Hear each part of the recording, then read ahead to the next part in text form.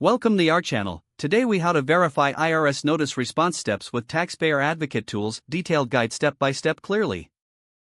To verify IRS notice response steps with Taxpayer Advocate tools, start by gathering all relevant IRS correspondence.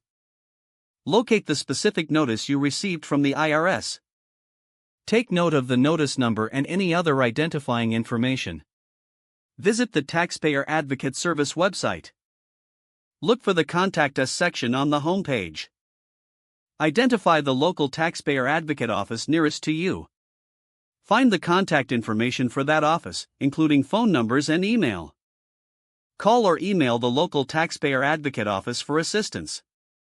Explain the issue you're facing related to your IRS notice.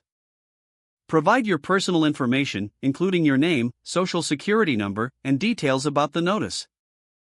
Request an explanation of the response steps necessary to address your notice. Ask about any deadlines you need to be aware of for responding to the IRS. Inquire about additional resources available to help you understand your situation better. Take notes during your conversation for future reference. If you need further documentation, ask the advocate what forms or paperwork may be required. Visit the IRS website for additional tools that may assist in your verification process. Utilize the IRS Where's My Refund tool if applicable to track your refund status. If your issue persists, consider requesting a face-to-face meeting with a taxpayer advocate. Keep all records of correspondence with both the IRS and the Taxpayer Advocate Service. Confirm any follow-up actions you need to take as instructed by the advocate. Finally, ensure that you review all provided guidelines thoroughly to comply with IRS requirements. If the page does not load, refresh the browser or try again in a private or incognito window.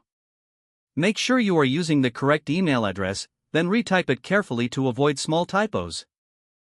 If your password is not accepted, use the reset option and create a new strong password you can remember. Check your spam folder for verification or security emails, then complete any requested confirmation steps.